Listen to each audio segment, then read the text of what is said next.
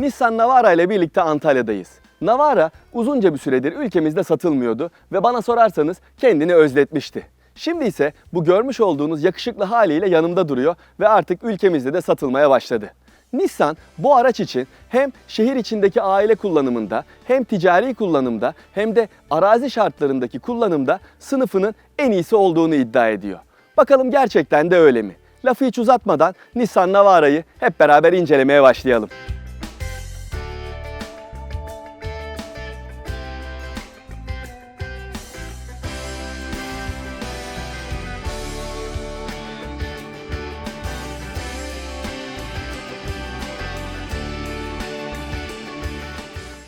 Daha önce de söylediğim gibi artık pick-up'lar çok daha estetik bir görünüme sahip. Nissan Navara da kesinlikle bu seriye katılan yeni modellerden bir tanesi.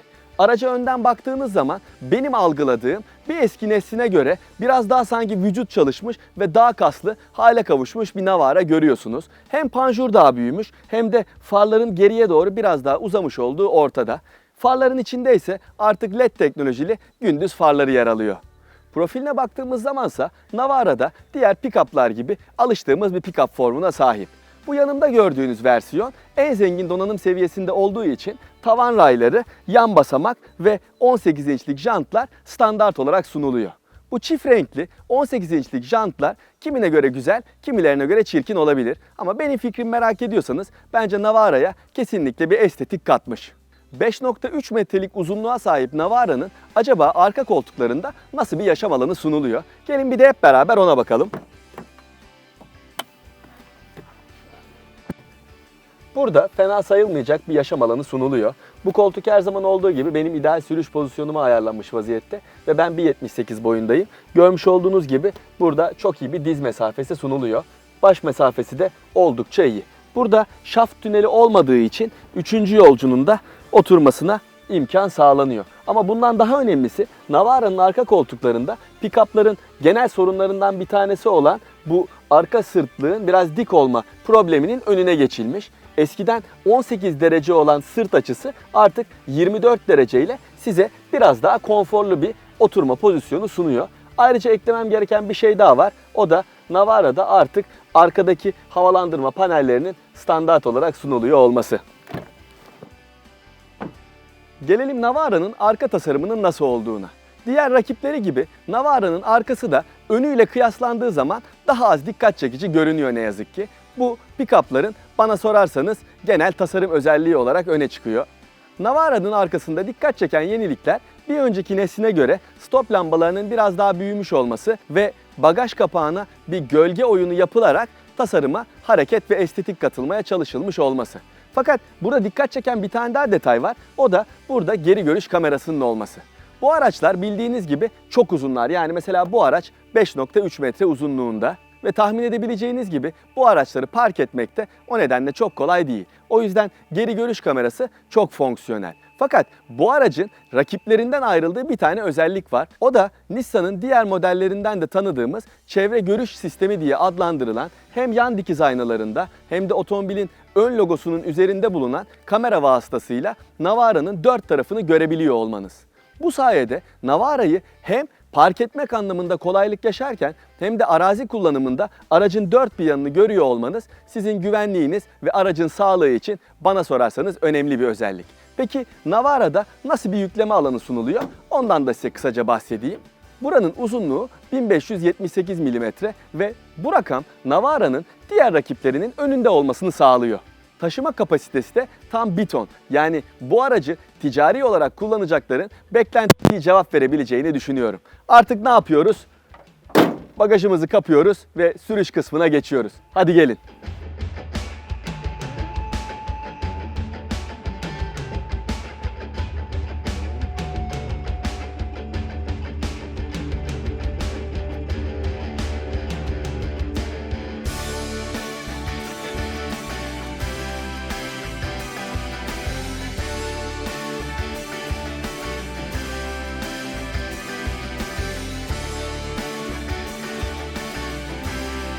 Navara'nın direksiyonu başındayım.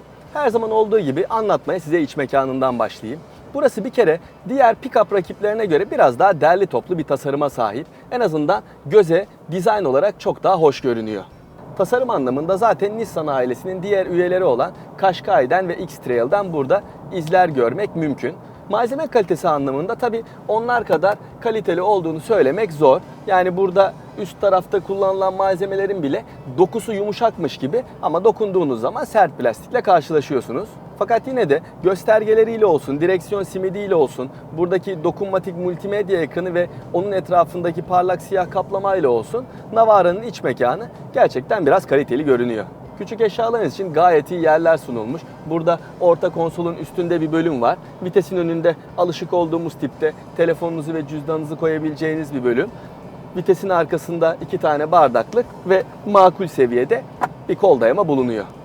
Deri döşemeli koltuklar gayet rahat ve elektrikli olarak ayarlanabiliyor. Ayrıca koltukların ısıtma sistemi de mevcut. Oturma pozisyonunuzu ayarlamakta da bir sıkıntı çekmiyorsunuz. Ama burada bir dipnot vermem lazım. O da direksiyonun sadece yükseklik ayarının olduğu. Yani bir derinlik ayarı olmadığı için kimi çok uzun sürücüler veya çok kısa boylu sürücüler rahatsızlık çekebilir. Gelelim Nissan Navara'nın motorine ve sürüş özelliklerine. Navara artık ülkemize sadece 2.3 litrelik turbo beslemeli dizel bir motorla ithal ediliyor. Bunun 2 tane güç seviyesi var. Bir tanesi 160 beygir ve 403 Nm tork üreten versiyon.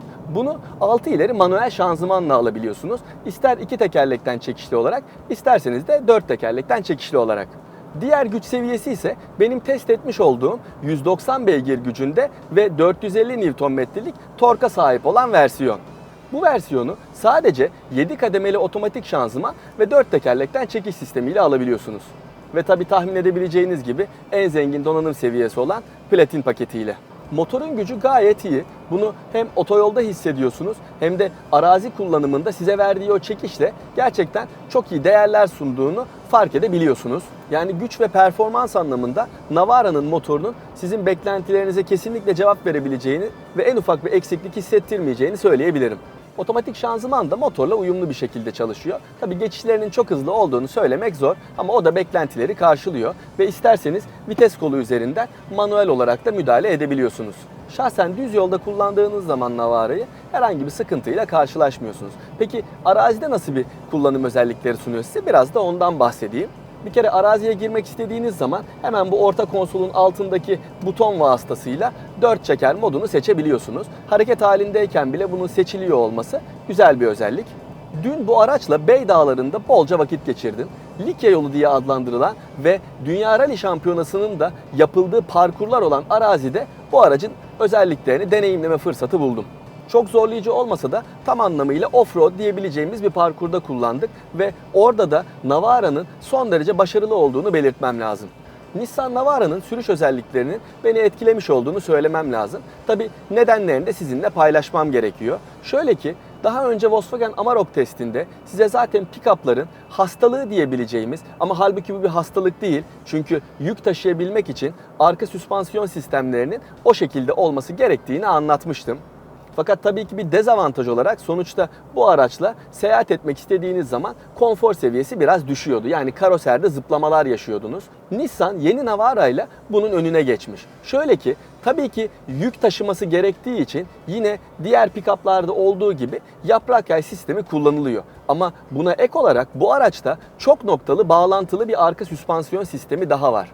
Ve bu nedenle Navara hem arkasında 1 tona kadar yük taşıyabildiği gibi ayrıca arka koltukta oturan yolcularını da zıplatmadan ve konforlu diyebileceğimiz bir şekilde seyahat ettirecek sürüş özellikleri de sunabiliyor. Bu bence Nissan Navara için çok önemli bir avantaj.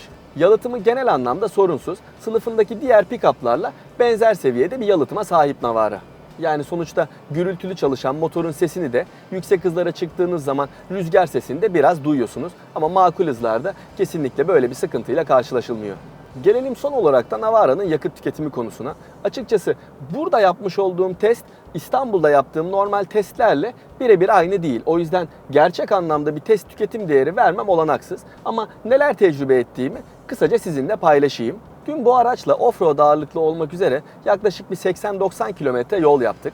İlk başlarda tüketim değeri 8-9 litrelerdeydi. Fakat arazi kullanımı artıp dağa tırmanmaya başladığımız zaman 10 litre ve 10 litrenin daha da üstüne çıkmaya başladık. Döndüğümüz zamansa artık yorulmuştum ve yol bilgisayarına bakmak aklıma gelmemişti. Çok yorulmuştum ama gördüğüm kadarıyla yine 10 litrelerin biraz altında bir değer olduğunu anımsıyorum. Tabii şunu da sizinle paylaşayım. Bu sabah yol bilgisayarları sıfırlanmış şekilde otelden yola çıktık ve şu anda Antalya Havalimanı'na doğru gidiyoruz. Toplam 30 kilometre yol yaptım ve şu anda yol bilgisayarında bana 6,8 litrelik bir tüketim ortalaması gösteriliyor. Yani sonuç olarak şunu söyleyebilirim. Navara'nın motorunun tutumluluk potansiyeli var.